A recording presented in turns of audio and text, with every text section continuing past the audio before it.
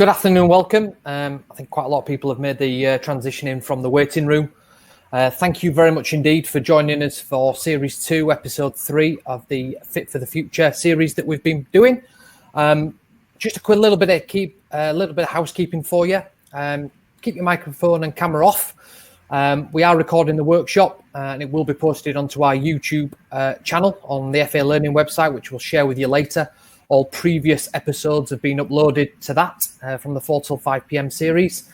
So we'll be able to signpost you for those if you've missed or you want to recap. Obviously, the chat box is there and the presentations, handouts, etc. will be available for you in due course.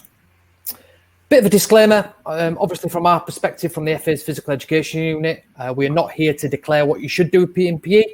At this time, we strongly ask you to follow the government, national and local education authority guidance and be in a situation where you go to the AFB guidance as best as you can. Good afternoon from me. My name's Chris Welburn. I work for the FA's Physical Education in the North, and I'm joined today by Will Morford, who's also a PE coordinator in the West region. We are ably supported today by two of my colleagues and Will's colleagues from the FA's Physical Education Unit. We have James Riches, who works in the East, who'll be manning the chat box. And we have Tom Peavor, who'll be joining us from the dugout for some reflections and chats. Huge thank you to Morgan and Kelly from FA Education for their backroom support today from a technical perspective. And for your own information, we have our Twitter handle at FAP Unit. By all means, tweet throughout the session if there's any notable learning moments that you want to take away with you, or obviously comment on the series. Chat box and the tweet function is there for you. What I want you to do is I want you to get connected now with a bit of an introductory task. I'd like you to use the chat box for this opening task, where I want you to look at this picture and answer the question for me in the chat box and say, is this lesson well planned? ? So start to look at the lesson, start to have a little look at what you can see. So we've got an inside space, we've got some coned areas, we've got some children working in zones. We've got children working in smaller groups for, a high level of repetition. A little bit of comment would be excellent in terms of, in your opinion, is this lesson well planned? What are you noticing, Will, in terms of some of the things you're looking at on this photograph? Yeah, so I think that the thing that screams to me is just, it looks organised. As you said, the kids are working in separate spaces in their small groups, and they're bibbed up, so they're working little teams. The teacher seems to be going around and perhaps intervening. I can see in the middle there, perhaps intervening with certain groups. So yeah, it looks to me like a really well-planned lesson and well thought out. Yeah, and it's great to see some comments coming in. Hannah, Laura there in terms of resources, use of space. What I'm going to actually ask you to do is challenge your thinking here. So I asked you to look at the photograph. Is this lesson well planned? And for me, looking at that lesson, I think it also depends on the lens you're looking through. So we quite rightly have said that we've seen children working in small groups. We've seen coned off areas. We've seen a safety sections in between the zones. We've seen a coach navigating around the practice, looking at individual groups. But for me, when I'm thinking about that lesson, is it well planned? What I want answering is, does the lesson have a clear objective?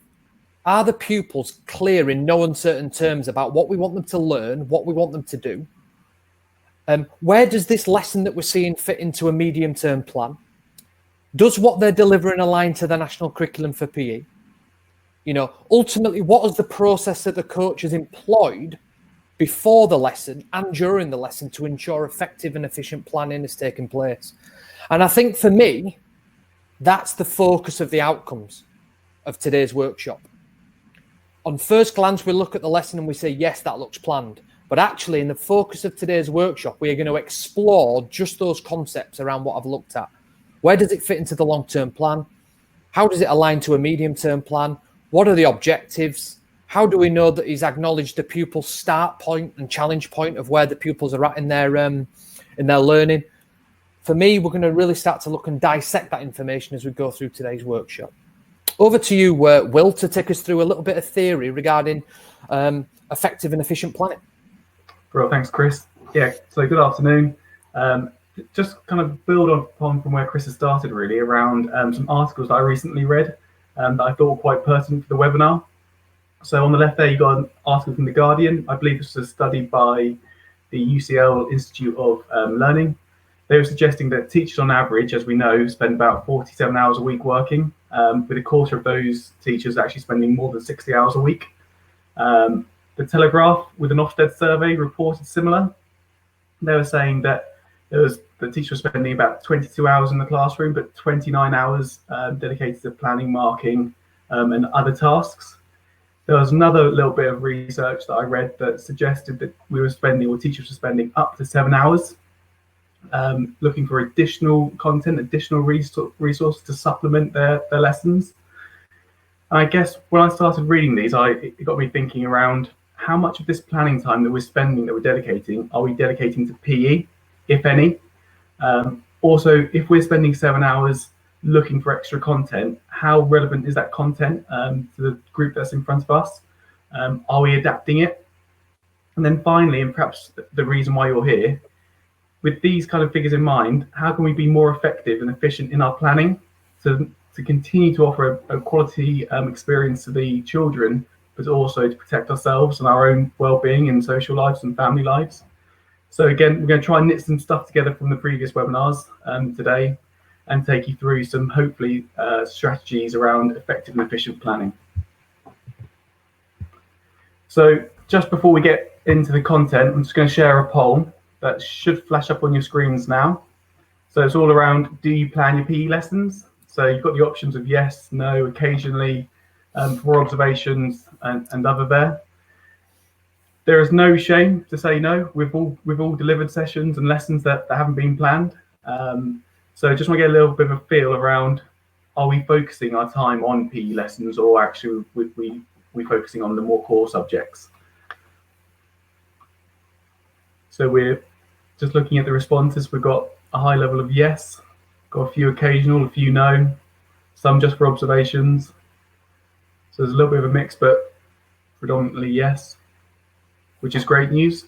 And hopefully, again, by the end of the webinar, you might get some more ideas on how we can become more effective and efficient in that planning.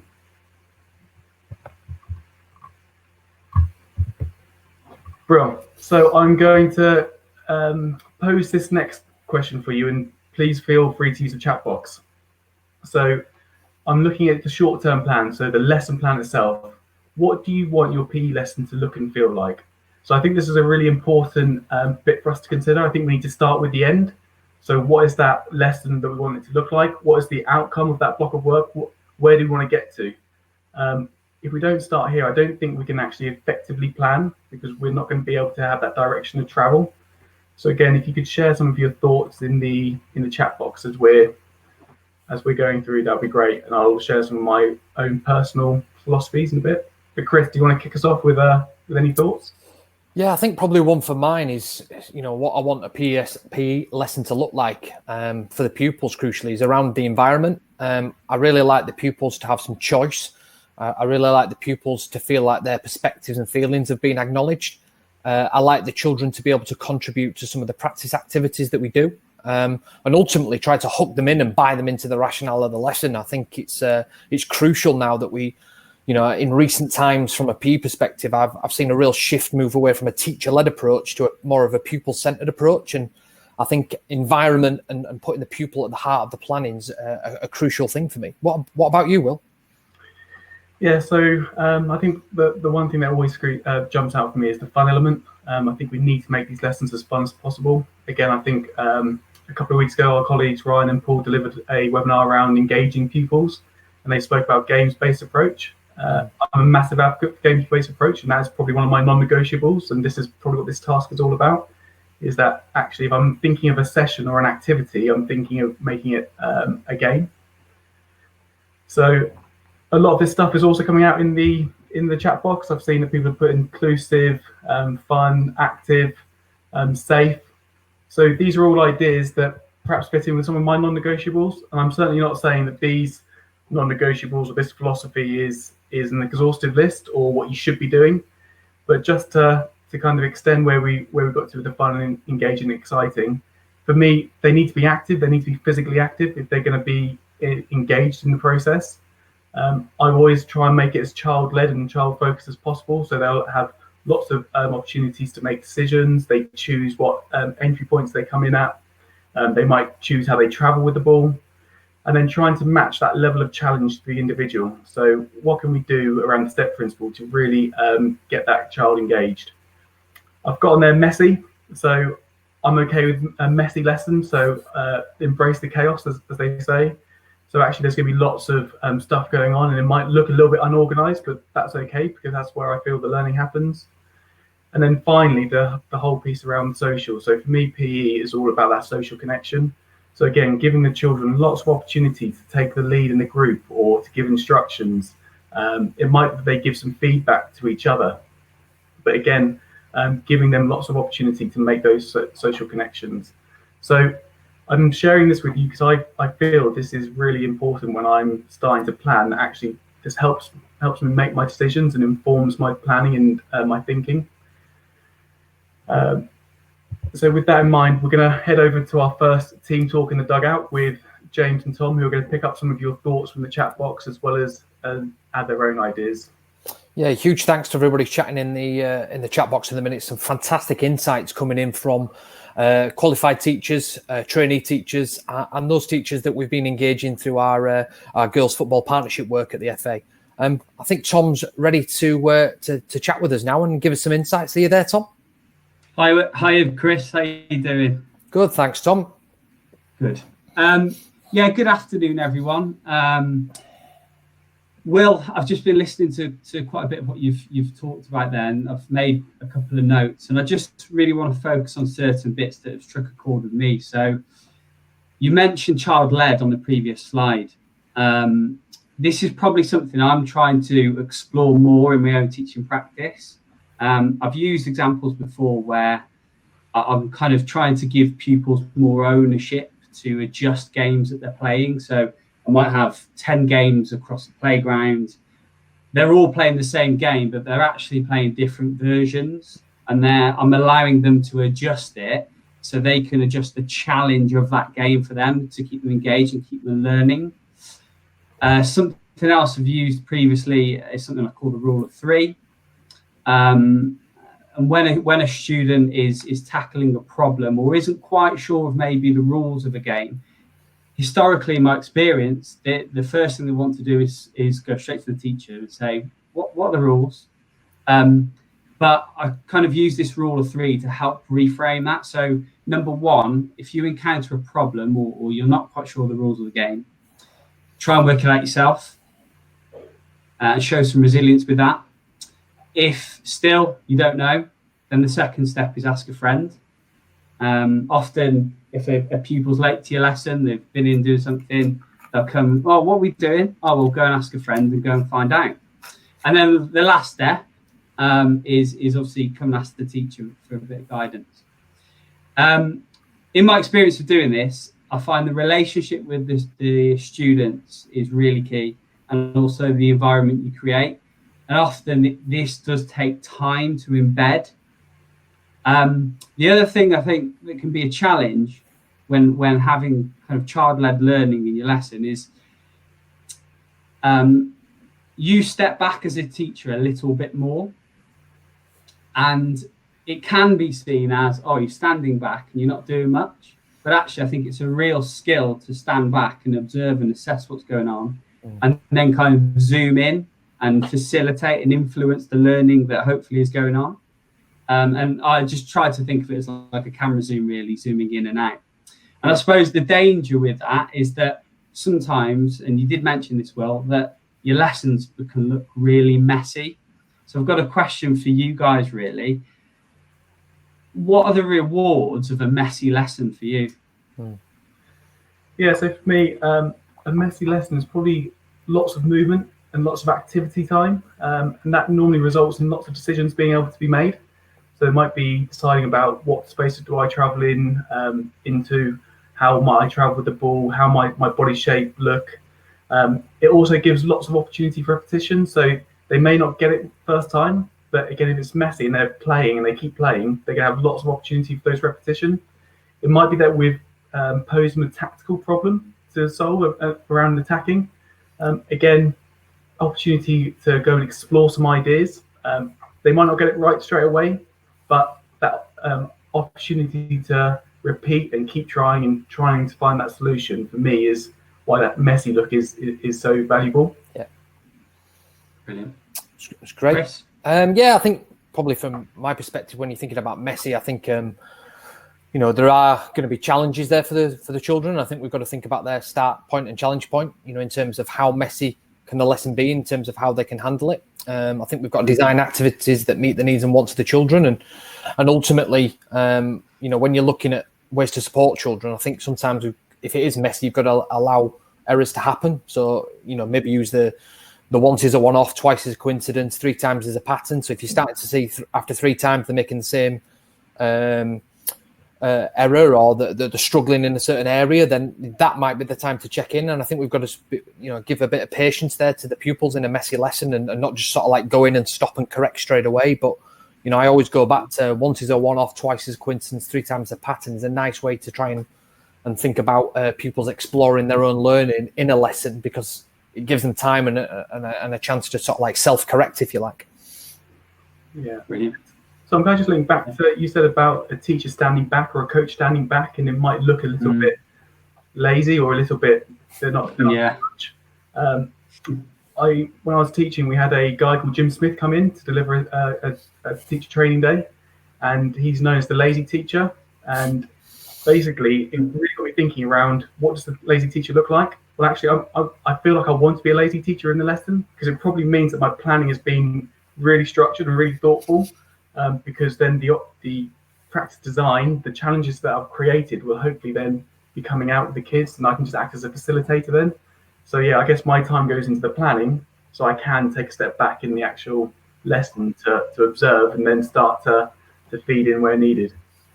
Some great insights there. Thanks, Tom, for your contributions there, and we look forward to you joining back in the dugout in a few slides' time to discuss. Good stuff. Oh, apologies. There we go.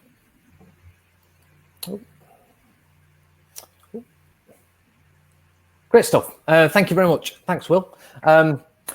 Just looking at the planning process now, what we're going to do is try and articulate a process to you in terms of how myself and Will go about planning. And I think it's really useful for you here to understand this. Myself and Will started exploring this webinar content probably around about 3-4 weeks ago, with a view to trying to make sure that we were really clear in terms of our opinions on how to plan, what it looks like on the shop floor, if you like, when you're in the school and you're working. And ironically, we both probably came together with very similar terminology and a process in terms of what we and how we go about it. So over the next sort of like series of discussions and content, we're going to articulate probably around about 6 or 7 steps to you about what we would do. And I think the first thing that we look for when we're starting this efficient and effective planning process is that we want to look at prior learning.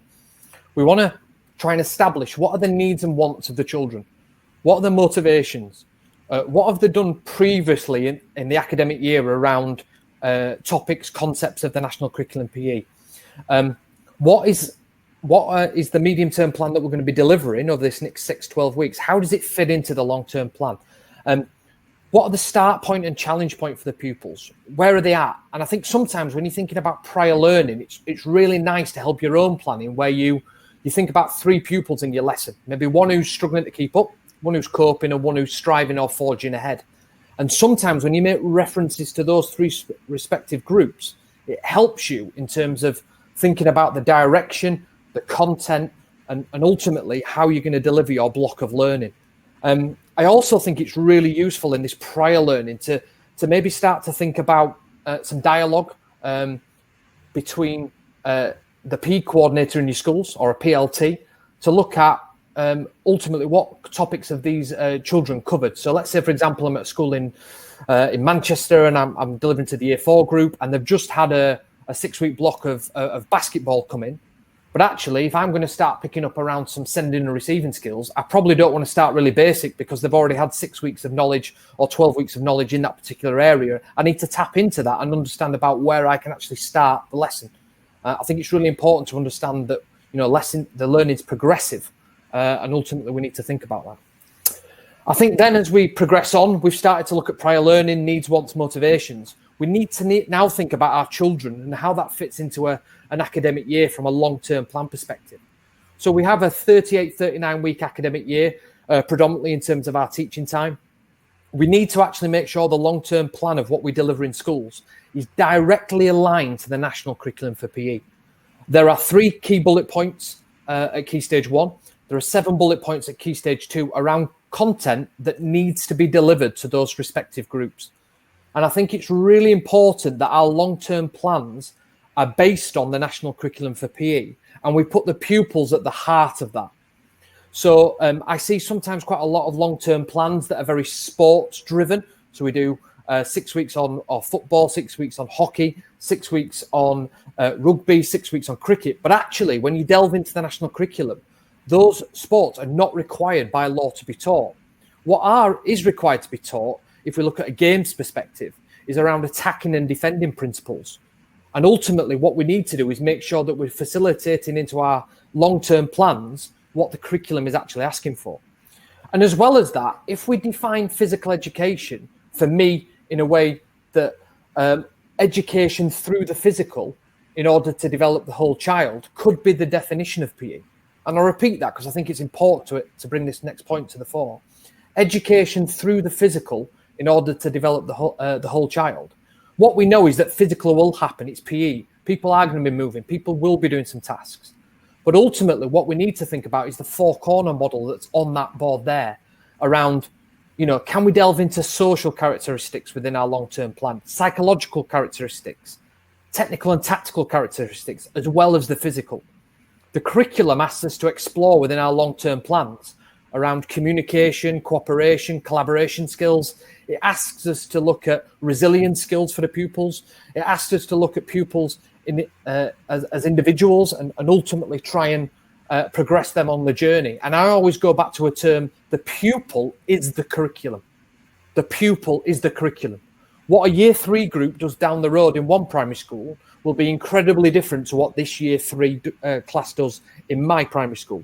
And I think we need to establish that in our long-term plans and really connect prior learning, needs and wants, motivations, where they're at in the learning, and build that into the long-term plan. Because crucially, it is about the pupils. And I think we need to design content that is appropriate to them and maybe not content that's superimposed on them. I think there's a real clear difference there. My colleague Will's going to take you through now how the thinking that we've just explored around understanding the pupils' needs and wants, prior learning, needs assessment, how that fits into a long-term plan as we've just explored around curriculum PE, what are the government's Key Stage 1 and Key Stage 2 expectations, into the medium-term plan now where, what does this look like in a 6 or 12-week scheme of work? And Will's going to share with you a fantastic case study on this to really bring that to life. Over to you, Will.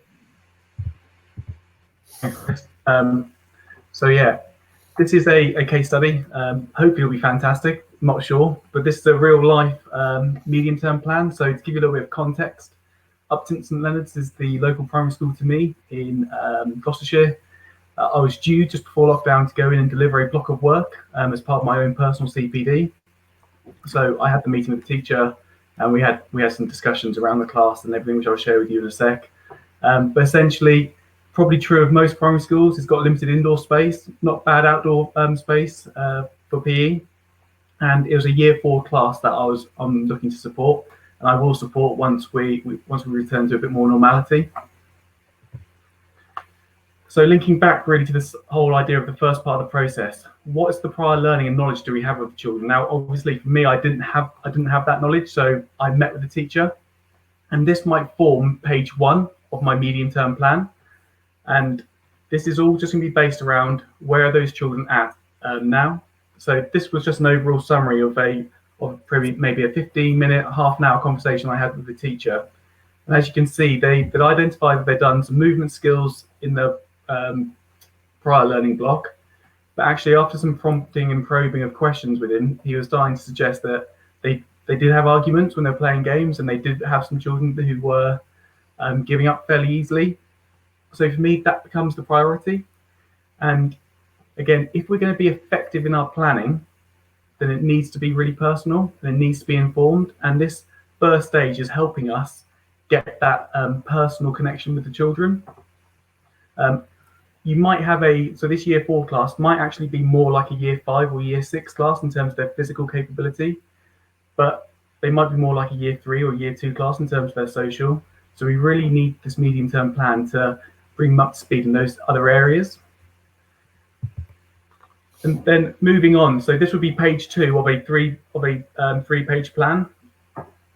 This is where we start to narrow that curriculum down. So I hope you can start to see some of the links to the PE national curriculum. I've used the 4-corner model there for the FA, and also just include the school's ethos. Again, if we want planning to be effective, then we need to start thinking about our school and the school identity.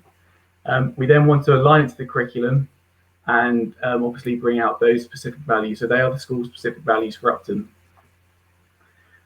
In terms of an efficiency for this page, I would recommend that you perhaps fill in that whole national curriculum with all the so if there's a Key Stage 1, you'd use the Key Stage 1 content. If it's Key Stage 2, use the Key Stage 2 content, but fill it all in as a pre-populated template, so that when you actually come to start to populate this, you just delete out the areas that you don't want to work on for this medium-term plan.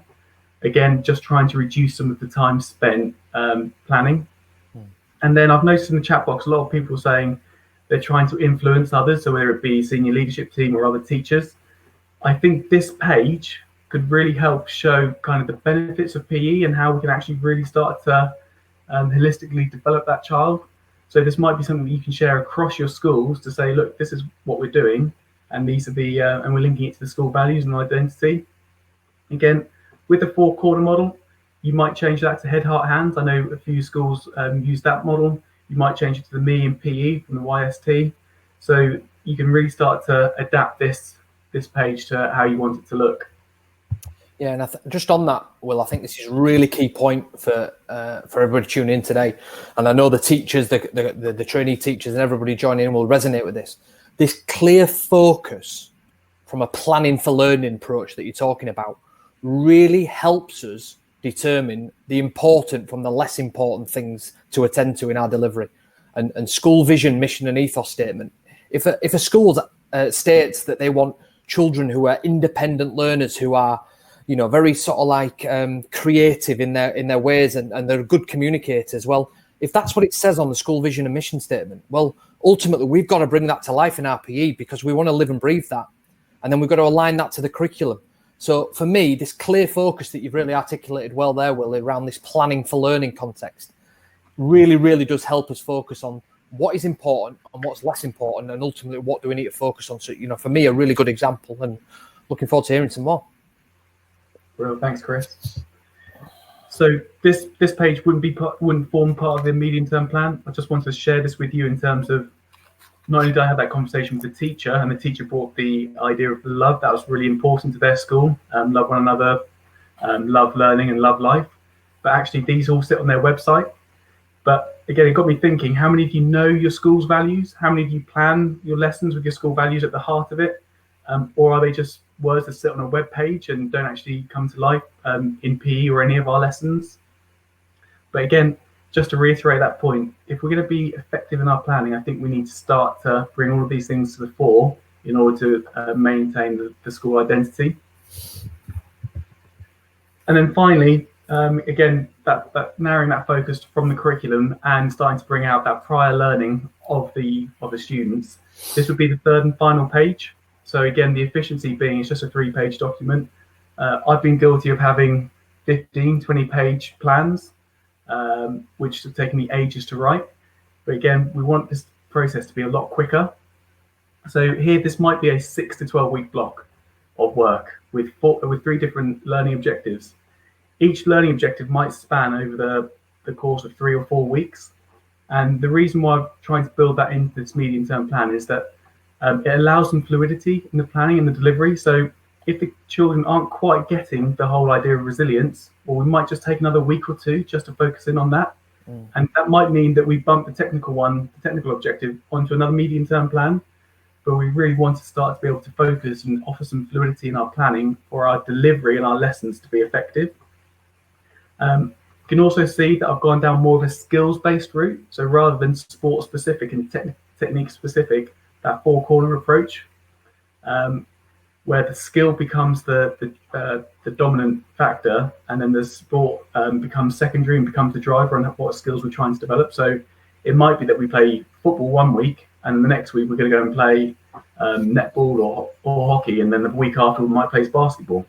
So again, just a different way of perhaps planning. But my final thought really around this medium-term plan is we're really trying to encourage you, and I'm advocating that you spend a little bit more time putting a good medium-term plan together, maybe in your half terms or your holidays, so that your short-term planning then becomes a lot easier. And again, we'll delve into the short-term plans a little bit later.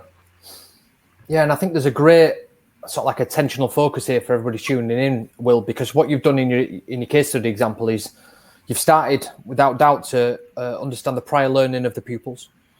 You've started to establish the needs and wants. You've started to then look at the holistic development of the four corners around physical, social, psychological, technical, and tactical, which we're aligned to. And what you've also done, which is really good, is everything that's on there is aligned to the national curriculum for PE. And I think what you've also probably really shown to everybody tuning in today that you're not trying to cover lots of things within your medium-term plan, loads of different themes. We're not trying to look at dribbling in week 1. We're not trying to look at running with the ball in week 2. We're not trying to do shooting in week 3. We're not trying to do turning or receiving on the turn. What you're doing is you've really considered how long it takes to learn something. And I think that's a really crucial point when you're dividing a medium-term plan. How long does it take to learn something? How long do we have the objectives for? You know, when's the right time to move on? And ultimately, sometimes when you've got a narrow focus in your MTP that you've exemplified there, we're in a really good position because learning can take place within these narrow themes that you've got going on rather than having a change of theme every week. So we're moving away from an episodic approach where we're changing something every week, and we're moving to a fantastic example there that, you know, really articulates the points we've made earlier. Tom, just coming to you to give us some insights from the chat box and also from your own thoughts. What some of the things coming out? Yeah, can you hear me okay? Yeah, well. Brilliant. So I just want to echo some of the thoughts that Will just shared there, really. I've been scribing down as fast as I could, Will. So looking at the slide that you've got up currently, I really liked how you've embedded the school values into kind of the success criteria, and there's clear links between both. And then with the bullet points, which is your success criteria, they are, for me, clear examples of what success looks like for the children, and real kind of clear pictures of what they're aiming for. And I mean, this style of planning I've used recently when we were obviously before the lockdown, and this was different to how I'd planned before. So it was a lot less kind of creating new lesson objectives. It was more about, right, these are the objectives we're going for, which you can see 3 up on your slide there, and I've got time to really explore these with the children. And I find it really useful kind of just picking 3 success criteria from my objectives, so what you've got up on the slide. Now, some lessons, it might be that the 3 success criteria we're going to focus on in a lesson is from the psychological strand. Some lessons, it might be there's 1 from each strand. That was completely dependent on kind of the children and where they were at. And if I'm honest, there was sometimes I would plan the 3, go into the lesson, and quickly realise that 2 of them needed to change, and that was based on the children in front of me. And I think the powerful thing in this is that as a teacher, you look for those moments in the lesson where you can really start to highlight those values and those success criteria. And many of you will know this, where you can use a role model and it's a student that you've picked out, you say, I love the way you did that. Could you just show us how you did it? And then everybody watch and note down on a whiteboard what they did really well. Those were the moments for me where I really saw learning happening and understanding. And then the children got to go and have a go. I'm just going to share kind of probably a really boring analogy just to tip this off. In my head, I think of this as a brick wall. So on that slide there, we're trying to build a brick wall. That's what it looks like. And the success criteria are the bricks. The mortar that sticks it together are the values. The pupil is the builder. And as a teacher, really, you're the supervisor, and you're really helping them to build that wall along the way. And I think as you look across your playground or your class, those walls are going to look different. But hopefully over time, they're building in whichever shape they build. And that you're really helping them to get there. Did that make any sense to you? Good insight, Tom. I think when we use the insights of a learning wall with our pupils, so sometimes we get them to consolidate, don't we, about what they've learned in the lesson and start at the bottom and fill the brick wall up to the top and try and get a sense of what they've understood and what they've taken with us. And I think it's a really nice way of looking at the effective planning process, really. Yeah, Tom, I'm also going to just pick up on what you were saying about you've got into the lesson and you've then you've had to change stuff off the cuff or whatever it might be because it's not quite right. I sometimes think that we spend lots of time planning, perhaps in our summers, or we're planning without really knowing the group that we've got in front of us. And so we spend ages and ages producing these amazing plans, and then we get to the actual lesson and it's not relevant because we just haven't taken into consideration. So again, that whole efficiency piece, let's try and keep these medium-term plans current, that we might just fill it in each half term and just base it from the last half term's bit of work. Again, I just think that's going to add a bit more efficiency to the time. That's good. Thanks, Tom. Thank you for your insights. Thank you. I think somebody's just, instead of calling Bob the Builder now, I've just seen a comment come in that you're now Tom the Builder. So fantastic. Amazing. Fantastic, Tom. We've a new career for you. Thanks for that. I'll see you soon. Good stuff. Brilliant. So moving on. Oh. Brilliant. Great insights there, because we started to now think about needs and wants in front of us, prior learning, long-term plan, intermediate-term plan. And now what we've got to start thinking about is we've got our 6 to 12 week example there of the medium-term plan. We've now got to think about what that looks like in a short-term plan, so an individual lesson. There was a bit of a sample done in the Midlands in a study back in 2014 where the average PE lesson was 38 minutes from the moment it took to get the children changed to when the lesson finished. And ultimately, in 38 minutes, what can you achieve? How long does it take to learn something? So the idea of having a really narrow lens in terms of the medium-term plan of what we want to cover, where we're honing in on some specific areas, becomes even more crucial when I give you that concept of 38 minutes. So 6 times 38 minutes, if we're looking at half-term block, is not loads of time. So what you've got to remember is if we keep changing the theme every week, no learning is really going to take place. So the short-term plan has got to really replicate and mirror what's going on in the medium-term plan. So that narrow focus, that explicit focus is key. And how I see a short-term plan is like Ronseal. Okay, so Ronseal, at the minute, it creosotes your fence and it does exactly what it says on the tin. A short-term plan has got to do, a lesson's got to do exactly the same thing as Ronseal. If your medium-term plan is teaching the children about X objective that you've just been seeing, that's got to come out in your short-term plan. So in the short-term plan, I like to start to think around the actual session delivery being, does our lesson objective match the medium-term plan? Check 1.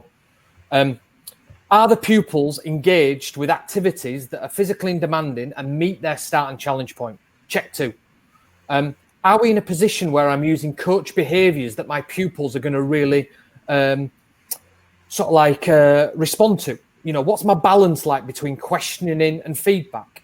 What are my ways to allow maximum time on task for the pupils to have a go at things rather than stopping the session? How do I want to try and support children who maybe need a little bit of support? I don't want to stop the session and go and hone in on them and make an example. I might use some little drive-by as examples and go and have a little chat to a person, support them, and allow other people to move on. So that's probably check 3 for me. And then check 4, I think we've got to be really clever about the practice structures we use. So I'm linking back to some of our previous work now that you can see on our P-Unit webinar series on the FA learning pages, which will direct you at the end, where we talked about adapting activities and engaging pupils in lessons. Practice structure becomes key. So the Ron Teal test for me is, does the medium-term plan come out in the session delivery around clarity of the objective? Does it link to what we've said we were told that they were learning? Practice structure. What's my coach behaviours like? And now the pupils engaged. Really important for me.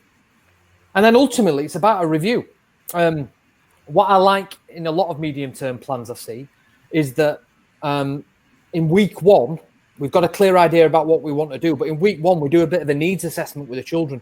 So we might put on some activities that may be perceived easier, some mid-range tasks, and then some higher extending tasks, just to get a feel for where are the children at aligned to our medium-term objectives that we just talked about.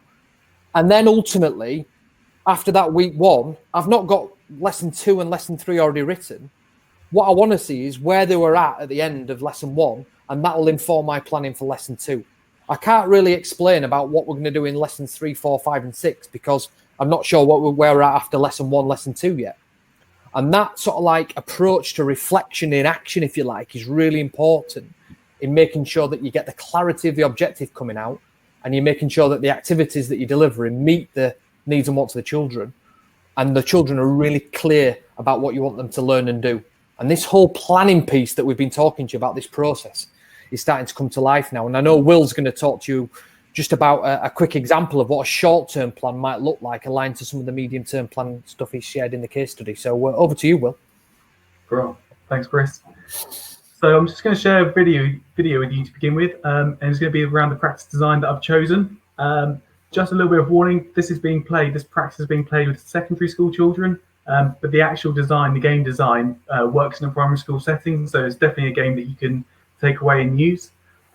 As you watch, just consider which learning objective from the medium-term plan that I've shared might be being achieved in this activity. And also, can you start to identify some of my own personal philosophy within the game design? So, just going to share the video now.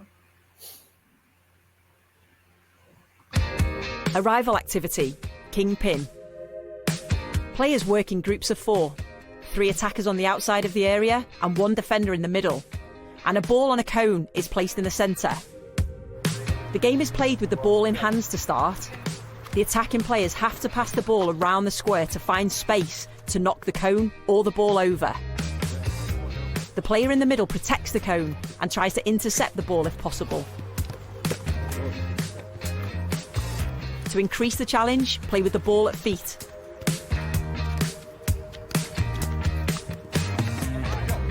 Challenge the players to create different variations of the game.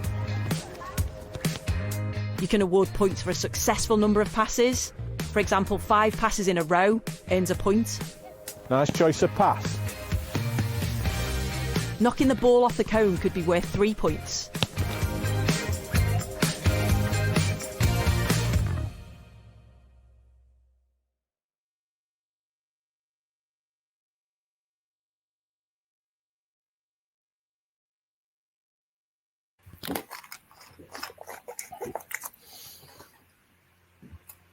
Brilliant. So hopefully you enjoyed the video. So just a couple of things. So this would be page 1 of my short-term plan. So now we're looking at this individual lesson plan. So again, you can see that the objective has been taken straight out of the medium-term plan. So again, the efficiency is around, actually we've got the medium-term plan, we've got the objective, and we can just put it straight in to our short-term plan. This is page 1 of a 2-page document. So again, very, very short. And in terms of some of the objectives that you could start to link to this game, well, it could have been any 3 of those objectives. It's up to you what you choose to focus on. So for me, I focus on the resilience aspect because that's what I wanted to do. But was there some implicit learning in there around throwing skills? There probably would be. Would there be some implicit learning around some sportsmanship? Possibly so, depending on how they're playing. But my explicit teaching would be around the actual resilience. So I start to try and bring to life these success criteria and start to support those students. Again, in my planning, I'll start to think about, okay, who's going to have to show resilience within this practice design? So for me, it would be the defender. They're playing 3v1. It might be quite hard. It might be a little bit demotivating at times. So they're going to have to start to build some resilience to play the game. And in terms of my own personal philosophy, again, we've touched on the game-based approach. So just trying to link in rules, scoring system, and some competition to make it fun and engaging.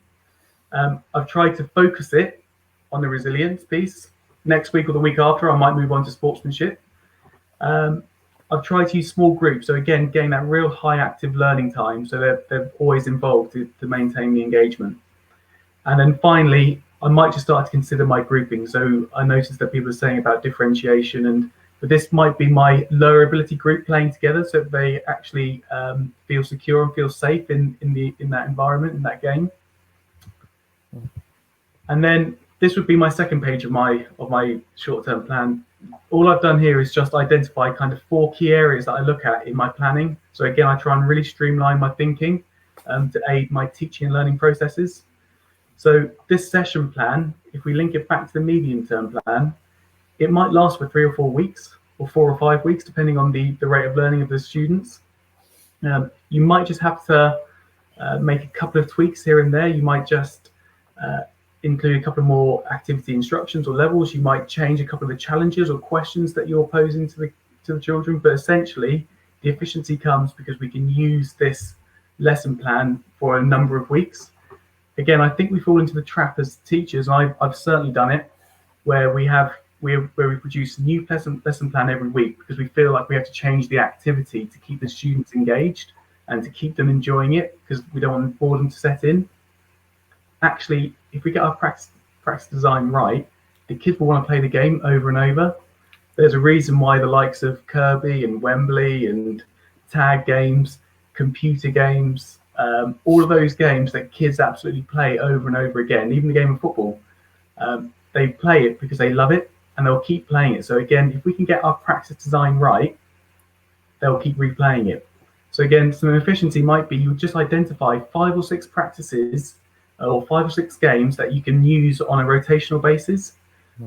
Again, it just starts to reduce that time you're spending looking for resources on the internet or researching, linking back to the articles previously. And you can then just attach a different learning focus or learning objective and some teaching and learning strategies. You'll also see in the activity instructions that I've used level 1, level 2, level 3 rather than progressions. Again, I feel this adds a little bit of excitement. And again, if you try this with your children, just say, I've got 5 levels for you today. How many levels can you complete? And every time they complete a level, they get really motivated and start celebrating. So this week, it might be that we've got level 1 to 3. Next week, I might have level 2 to 4. And the week after, I might start to bring in level 5. But it's that whole idea of gamification.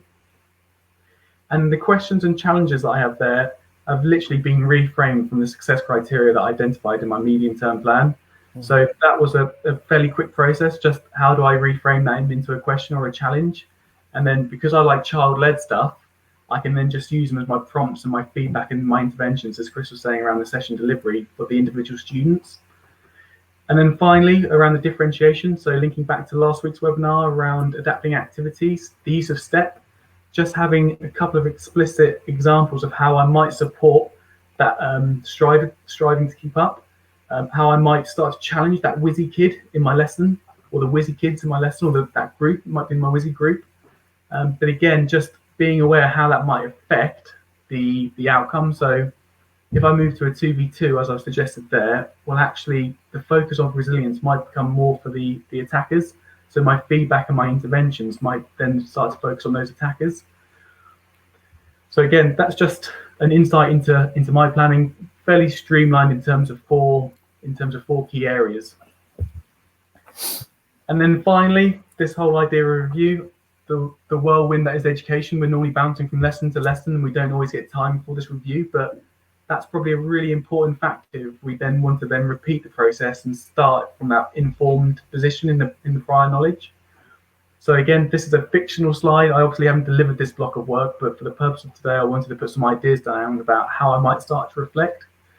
So with this, I've just identified a couple of the objectives from the medium-term plan, and then just used some real observations from the children and just recorded them. Again, if you have got another lesson after, it might be that 5 minutes towards the end of that PE lesson, you're playing some games and the kids are engaged. You might just write it on there and then. So it might just take you 5 minutes. But that really then starts to inform what I'm doing next week and what children I might start to focus on or start to plan for in my session next week. Because I know that I've got sportsmanship coming up in 3 or 4 weeks' time, depending on the rate of learning, it might be that I can now start to plan that first lesson of sportsmanship around those 3 students who perhaps need some support around it. I really do believe that we cannot affect 30 children in any one lesson or in a 45-minute lesson, but we can start to plan to affect 30 children over a 6 or 12-week block. And each lesson, we might just be having a focus of 4 or 5 children that we're really starting to intervene with and starting to give some feedback to. And on the right there is obviously just some ideas around PE delivery. So hopefully that's helped and you've got some ideas around that. Chris, I believe we're coming back to you for a little bit of consolidation. Yeah, thanks, Will. I think probably what we wanted to sort of like show you was not this is the best way to plan, not this is the finite way. What we wanted to try and articulate to you was a process that both Will and myself employ. And we think that ultimately the process isn't just one way. Ultimately, through assessment for learning, if you like, in terms of we've got to have a real clear understanding about where our pupils are at, where we want to take them, and how we're going to get there. And I think it's really crucial that throughout this process, we're always maybe reflecting back on the previous steps to make sure that our planning is aligned, it's connected, and that the pupils are at the heart of it. And crucially here, in terms of the message that we talked about before, I think one of the biggest messages that we want to put across to you today is that the pupil is the curriculum. Understanding the who, if you like, the pupils in front of us, and how we can design curriculums around them that match their age and stage of development and are nested, if you like, in terms of national curriculum PE targets. This bit is really, really important for me. And I think it's crucial that as a key takeaway message, we always start to think about, I could have this plan, I could get this plan here, I could get this plan here, or I could download one from here, I could be passed one on. Ultimately, we're in a position where the pupil is the front and center and the heart of everything we do. And we've got to design curriculums that are around them. So, really good to see there in terms of, Will putting across a medium-term plan and a short-term plan with an excellent example. So, well done from that. Just going to move on. I think we've just lost a little technical problem there with one of our colleagues. So what we'll do is we'll just move on and just maybe reflect on ourselves, Will, in terms of some of the key reflections from yourself. Maybe just summarise. We're approaching 16:55. We've got about 4 minutes left. What would be one of your big highlights for the part of the session that you want to highlight today? Yeah, I think probably just reinforcing that point of we don't have to change the activity every week and we don't have to keep thinking of new games. Just that whole idea of linked lessons. So how can one lesson link to the next? And not only is that going to allow for some real learning to take place, but that's probably going to reduce some of our planning time and ensure that we've got some effective planning as well. So for me, it's that whole idea, don't be afraid to use the same game and just attach different teaching and learning to it, or just progress it on week to week. Yeah, it's good. Tom, a 30-second insight from you just to support any consolidations just as we approach the end?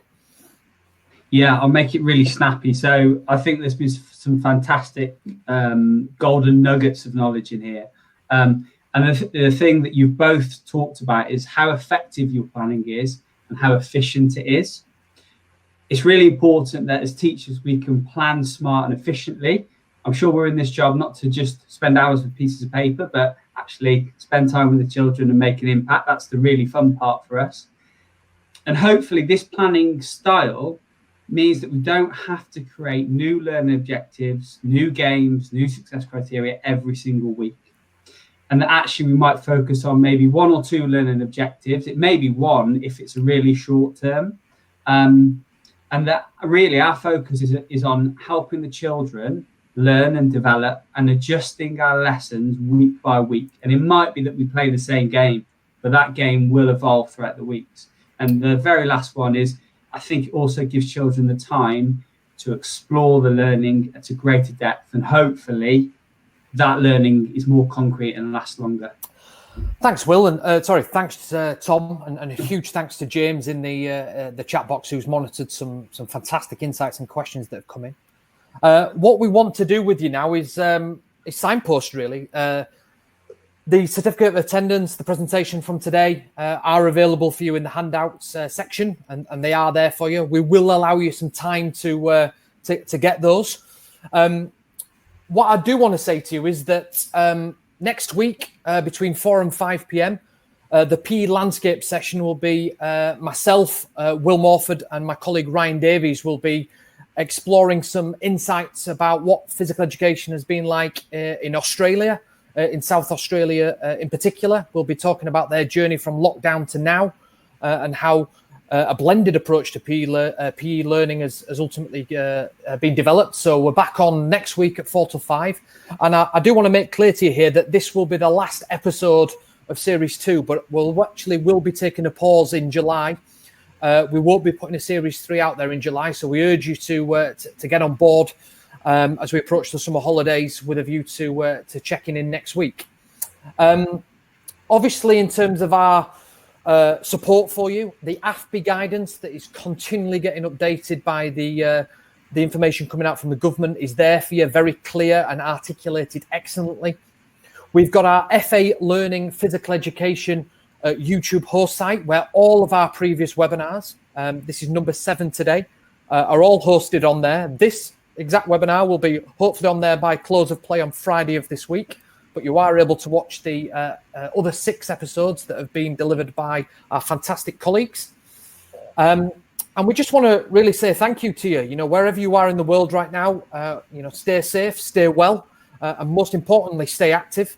And from myself, a huge thank you for you today, from Will Morford, and from Tom Pivot, and from James Riches in the background. Many thanks indeed for joining us for this episode, and we look forward to seeing you next week for the final episode of Series 2, and the last one before the summer holiday. Bye-bye for now. Thanks, everyone. Thank you, everyone.